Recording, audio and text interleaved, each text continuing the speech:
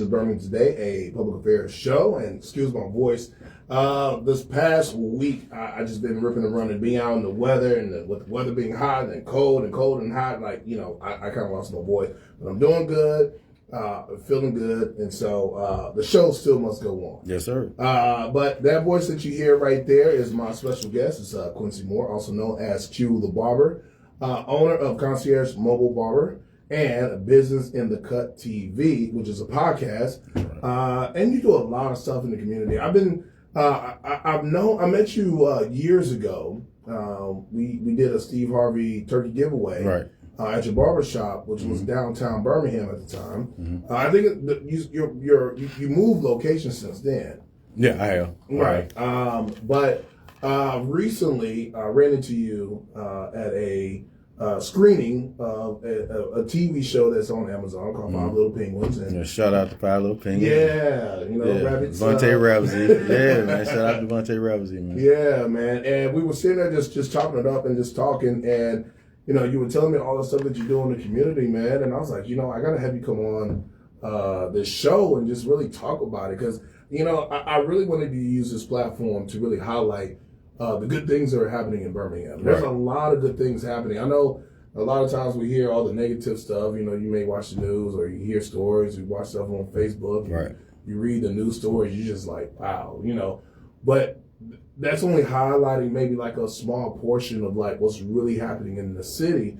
And what's really happening in the city is a lot of great people like you that are really kind of like going under the radar, doing things, making things happen, maybe not really getting exposure like you should and getting your flowers like as you should, but, just taking your time out to really just making sure that other people are, being taken care of. You know what I'm saying? Being a servant's heart. And I really appreciate that. So let's talk about your background, man. So are you from Birmingham, born and raised? And if so, like what part of Birmingham are you from? So I'm from Cottageville. Okay. I grew up in Cottageville. Okay. Stayed in Eastlake. Okay. Stayed in Inglenook. Went to Woodlawn High School. Went to Hudson Elementary. And basically, I want to go back to something you said. I mean, really, it's not about me, but I have a lot of people that volunteer. Yeah. With me that makes it happen. So I mean, I can't do it by myself. Yeah. And don't get me wrong. I'm not trying to single nobody. Right. But you help create that platform and give. It's fun. Right, it's fun. Man, real, and it does just it does something to you when you're you're giving back. And you were telling me a story about, especially like this bracelet that you're wearing right now, because it kind of caught my eye. Mm-hmm.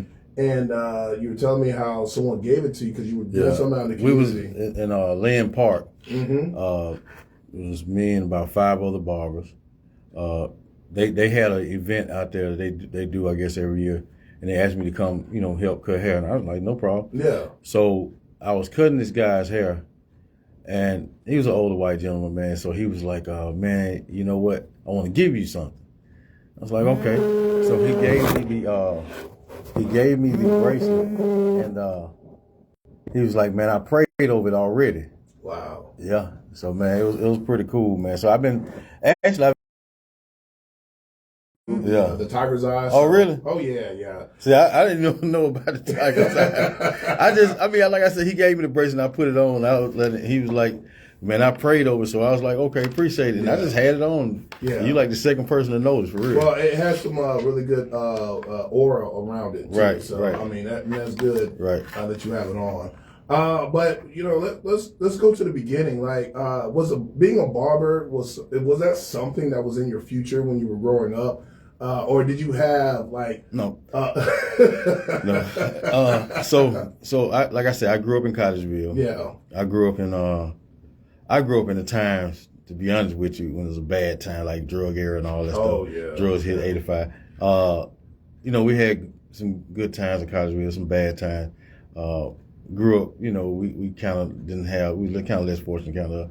So one thing that happened was what got me into doing all this stuff was the school having to bring a Thanksgiving box to my house. So, I love the cereal, love the all the little Debbie cakes and all that stuff was in there. But I made a pact with myself. I never told nobody this until not too long ago, but I made a pact with myself. I think I told my mama this too, that if I was ever, because I didn't know if I was gonna see past 18 for real. There was so much going on. I mean, it was crazy. Yeah. So I said if I ever get old enough, I was gonna return the favor. So I started going to my elementary school, getting the names of the children that was teachers know who don't have. So I started getting those names. This was before GPS. So I would put together. So you had like MapQuest. Man, no, I didn't even have. This was before MapQuest. Oh wow. So wow. I would get the names of the people, and I would be riding around late at night, 11, 12, 1 o'clock in the morning, trying to find those addresses. Now this is the crazy part. You know everybody don't stay in Cottesville. Right. Some know Birmingham, some know Wood, and surprisingly some in Eastlake. So I would have to drive all around and I call the people, hey, I got a Thanksgiving box. Do you want it? A lot of people that I went to their homes, it was crazy because I remember going to a lady's house late one night, probably about 10, 11, because that's how long I was out. I mean, that's how long it took me to get to her house. Mm-hmm. And she said, baby, I just want to tell you, thank you so much. I didn't have no food at all. At all. She said, and my grandson is coming home from Hawaii, and he bringing his new wife, and I ain't had nothing to cook for him. So, stuff like that, stories like that when I go to people's houses. Yeah. And I have had people say, well, man, I want to help, but, man, folks be having, I said, a lot of people have, I said, I've been to a lot of houses, they have food, but what about after Thanksgiving? Mm-hmm. So that, in turn, made me stop, always doing turkeys. I'll do turkeys, sometimes hens, sometimes like bags of leg quarter and wing stuff. So that, it's like, do you want a turkey or you want a leg quarter? Because most of them, but after 1 or 2 days, you tired of Thanksgiving food for real. Like I tell my wife that every single time. I'm so tired of this. Yes. Yeah, right. So man, it was like, man, it made me start doing. So then I got a notion that I wanted to start doing a dinner, like a sit-down dinner for like the homeless and stuff like that. Mm-hmm. So So for 8 years, we did the Thanksgiving boxes. Then another 10 years, I was talking to a guy who used to be on the radio, on this radio station, Sir Lawrence. And Sir Lawrence said, man, I might have something for you. He came back, he said, man, I talked to the people at the radio station, and he said, man, we're gonna donate Thanksgiving box, and we're gonna donate turkeys. Mm-hmm. So what I did was I got with my people on my end. Shout out to PKS, Fire Capital Signal. They came. They cut up they cut up the greens that I had. They took the canned goods to the cars for the lady. So it was like now the big bosses of 107. They wanted to know where y'all taking all them turkeys to. Right. So they started coming down. Right. And they started seeing, man, y'all got a whole assembly line. Yeah. Right. All right. After that. Because that was at your shop. That was at the shop. Downtown right? Birmingham. But by the time you got to it, right? Mm-hmm. By the time you got to it, Steve Harvey got wind of it. Right. Him and his wife. And I found a video the other day. I think his name was Sherry. Sherry Mack. Is that her name? The strawberry letter. Yeah. So he sent her down here from where she stayed. So and Steve Harvey started sending 100 turkeys every year. So it was amazing, man. Yeah. After that, I got a notion. I said, man, I want to do a sit down dinner. I always wanted to do the sit down dinner. Yeah. Because I remember a long time ago, I was little. This family, man, they had a sit down dinner, man. They had in their house a long table. Man, all different types of families, man. And man, I remember that from being a little boy. And man, they had all kind of food for everybody. Wow. And so that kind of gave me that idea. The lady name is Olivia. I forgot their last name, but I always try to find that lady, man, because I wanted to tell them I appreciate it. Yeah. But man, we started the sit down dinner like out of my barbershop, and this is our 11th year doing it. 11th year. So we do it for Thanksgiving and Christmas. We've done, and like I said, when I said we, man, I done had some amazing volunteers. For Thanksgiving, we just had 40 volunteers. Mm-hmm. Now everything is cooked, right? Everything's cooked. And the crazy part about it, I cook the food myself. You cook all that? I'm going to tell you why. Wow. Because I done had people tell me, said, well, I'm coming. I'm gonna bring some. You know, right? And they don't. Show up. They don't. Yeah. Right? Or, you know. Well, and plus you don't know, like, how do you have to also kind of configure, like, how much do you cook, right? How much do you cook? Now, I done had some people, like, in the past, they cook, but they cook. When I cook, I cook a lot, right? Yeah. So, you know, like, just for Thanksgiving, man, we had so much food that we was able to, once we got done feeding everybody, because we fed at the Brother Brown Mission, and shout out to the Brother Brown Mission, because they allowed us to come in, and we had enough food where after we got done, we was able to box it up, and the guys took it out. So that was a lot of food. That's a lot. Yeah, but I mean, I'm just used to it now. Yeah. 11 years, you know what I'm saying? I'm used to it, so. But you know, it's amazing that one situation that happened when you were a kid. Oh yeah. When you got that box, you know what I'm saying? It triggered this server because you could have went. My principal used to bring the box to the house. Wow. Mr. Ferris, he used to bring the box to the house. Wow. And when I told him I started cutting his hair, I told him, I said, I remember you used to bring a box to our house, and then we didn't really have money. I said, then you'll give my grandmama some money, $20-$40, and say, you know, put this on something, you know. Appreciated that. You know what I'm saying? Yeah. And then you took that and instead of like you feeling some type of way, you say, you know what? Since someone blessed me, I want to continue that blessing and bless some other folks. Oh yeah. And you've been doing that for how long now? In totality? Man, I say about 25, almost 30 years now. Like everything, seriously though. I mean, like I said, man, it's been amazing. It's been fun. God has been really like, man, it's done been times for real. And I can say this, it's been time I ain't have the money. Like you know how you have money saved up, you want to put this towards this, right? Yep. And then something come up big, and Yep. All right. When I tell you God has made it well, people call me and say, hey man, I just want to be a blessing to what you're doing. Or do you still feed? Like this year, people's like, do you still feed? Man, I want to come help.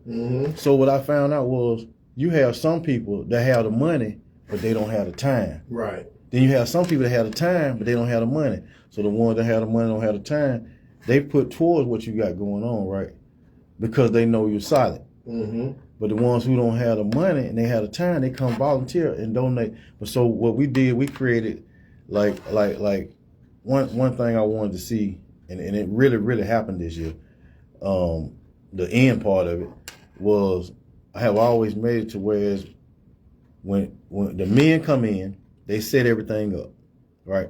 Like, they get everything out the car, kind of sit it on the table. The ladies come in, they make it look pretty, make it look good. Tablecloths, all that stuff, and then they put everything on the plate.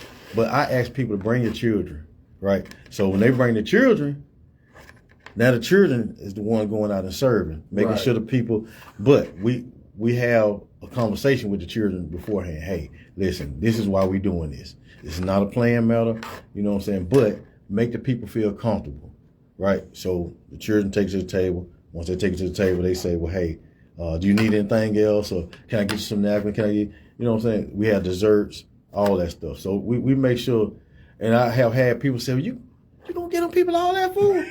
Yeah. I said, they eat what I eat. Yeah. We done had shrimp, steak, pork chops.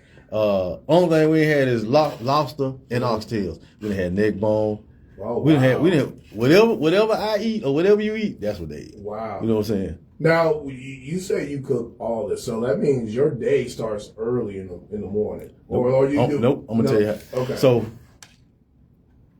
what happens is, like I said, I cook so much and barbecue and all that stuff, right? And sometimes bake at the same time. What happens is, we when I get off work from cutting, I shoot to the store. But now I got it down to a science. I've been already bought everything. Yeah. But and so if I go to the store the day of, it's just like, okay, my little knick-knack stuff. Man, it used to be like, okay, I shoot to the store, go and get everything, then come home and cook. So now, from maybe say 6 o'clock to 3 or 4 or 5 o'clock in the morning, I'm cooking, right? And then sometimes it might spill over a little bit. Now it's to the point to where it's, okay, you're cooking, but if you do it right, by 11, 12 o'clock, you can kind of tone it down. Yeah. Man, by the next morning, now this year, I mean, this Thanksgiving, I didn't get through to about 7 o'clock in the morning, but I had already cooked everything. So all I had to do was just finish up the last couple of hours. Yeah. So that took to 7. Yeah. I wanted to be at the shelter feeding. I wanted to be at the shelter pretty much by 8:30. So you didn't get no sleep during that time? I don't never get no sleep. Oh, wow. So wow. by 9 o'clock, hey, most of the volunteers was by the time the volunteers got there, I had everything pretty much set up. Yeah. Like all of the pans and all that stuff with the fiber, I had that set up. So all the ladies had to do was just do their thing and serve. But one thing that used to happen every year, everything used to tumble over in the car. Oh man, listen, the best thing. Those pans of green beans with all that juices flying everywhere. The green, collard greens, everything. Yeah. But what I did was I started thinking like, okay, how can I make it to where, man, I got those long tubs. I stacked everything up in the long tubs, and the rest was man, all you had to do was just carry it in. When I got to the shelter, the guy that was at the shelter helped me carry the stuff in. We sat it down. I was like, man, this has been so much easier. Man. Now your car ain't smelled like green juice and all that other stuff. I got Q the barber in the studio with me, just talking about his servant heart, just giving back to the community, doing it like over 20 some years. Just an amazing background, just how you were once in those shoes, and now you worked your butt off, did what you had to do, and now instead of like just saying, all right, I'm here where I'm at and moving off, deciding, you know what, I'm going to continue to give back, and been doing it consistently for 20 years. So you did that for Thanksgiving. Now, did you come up with a menu, or do you have an ideal of like what you're gonna cook, what you're gonna be serving, or like how does that work? Like how do you come up with that? So I know how to cook a lot of stuff, right? Right. First of all, I like to eat. Okay. So I know how I know how I want stuff to taste. Right. Like with not too much salt. So as far as a menu, man, like for Thanksgiving, you're gonna kind of get down. Right. Right. For Christmas, you're going to do a little bit lighter, but you're going to do more desserts. Okay. You know what I'm saying? Okay. You ain't going to do like the turkey and dressing and you might do like a little ham or something like that. But I like to do ribs. I like to do like chicken, like baked chicken and barbecue chicken. You know what I'm saying? So it's just like however I feel for real, right. But I like to do a lot. Yeah. Now, let me say this. Over the years, I have had people that do like bring like pans of macaroni and cheese, so I ain't saying I can't say I cook all the food. Right. But a big portion. Big portion. Because I do have some people that say, hey, I want to help out, what you need me to bring. Right. So we they're a big help too. Wow. Because you gotta have your salad, to start off with, go and give them salad. Then we get the children to take the drinks to the table and the forks and all that stuff. So, the biggest thing this year, to me, we had 40 volunteers, about 15 of them was children, and they came in dragging. But before it was all over with, we had to stop them because we was like, hey, we done fed everybody. Like, okay, you just calm down. They was excited, man. It was like a race. Like, ooh, I'm finna take this plate over here. It was fun, man, just watching the children. And that was the whole goal. But the end part of it, like I said, was to be able to have enough food to where when we get through the ones that's not in the shelter, we'll go around and take it around to the people that's up under the bridges or whatever. So that's been fun. But see, we got to be. We when we go back on something too. Just because we're doing it don't mean you made it. Right. You know what I'm saying? Because everybody is one paycheck away from losing it all. You know what I'm saying? So and I'm not saying that to say, but I mean, let's just say your situation was different from when you were growing. Oh yeah. And I'm not, and there's nothing wrong with me just highlighting that. Oh right, of course. And I get it because I'm the same way. Yeah. I'm a very humble person as well too. Right. So I get it. And I just highlighting that you made a name for yourself, in the community. People know. Yeah. People know who you are. A couple people know. A couple people know you. With your barbershop and all this stuff, and you're giving back and doing great things in the community. And that's basically what I'm saying. Man, I got a friend, and I see he just came on my live. I got a friend, man. He come down every year for Christmas and help me. And it's his birthday. Christmas is his birthday. He come down. Wow. Well, shout out to Pac-Man, man. Yeah. He come down every year on his birthday, and that's his birthday gift to himself. Wow. And we appreciate, you know what I'm saying, people like that. Yeah. Now, you're going to be doing something coming up. On Christmas Day. On Christmas Day. On Christmas Day.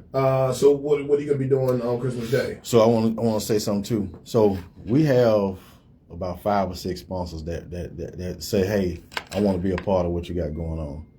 What we do understand is this right here. We try to do it early because we have a lot of people that want to be back with their families.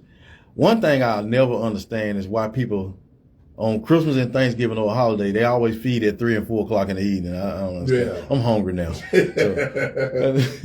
But we have a few sponsors, man. Like, is it okay if I shout them out? Yeah.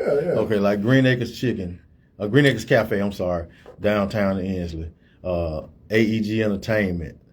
Yo Chef.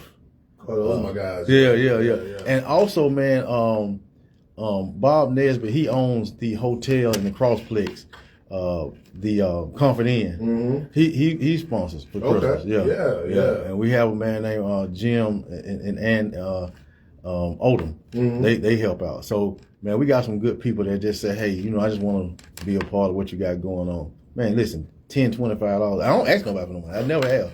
Because it ain't about that with me. God always make a way. Right. But they just, so hey, it's been happening. So man, that's awesome, man. Yeah, man. I mean, but you got some people that are also doing some great things in the community. Oh yeah. And they're giving back and like you said, in so many different ways, and you being the facilitator, just kind of or the vessel to kind of help make this thing possible. Man, what's been amazing, man, for me this year was watching what the government did. When they did the shutdown, then they did what they did with the with the food stamps and all that stuff, and how people was like, so let me show you what we finna do, and everybody came together and was just giving and helping, and you know what I'm saying. That was an amazing thing, man. Yeah. That right there touched my heart. I was like, that's what I'm talking about. Yeah, that's how we see. I hate that we have to wait till a tragedy happened before we help and give, but we showed them that hey, we don't need you. Yeah, we can do this ourselves. And then they were like, well, hold on, we didn't say we wasn't gonna help you, but but it's amazing that how resourceful that we really are. Yeah. We just don't know it or don't use it until some tragedy happens. Right. But is there as we wrap up, because I wish I could have you on. I wish I could have you on for a whole hour. Right. We'll be back. I got to have you come back.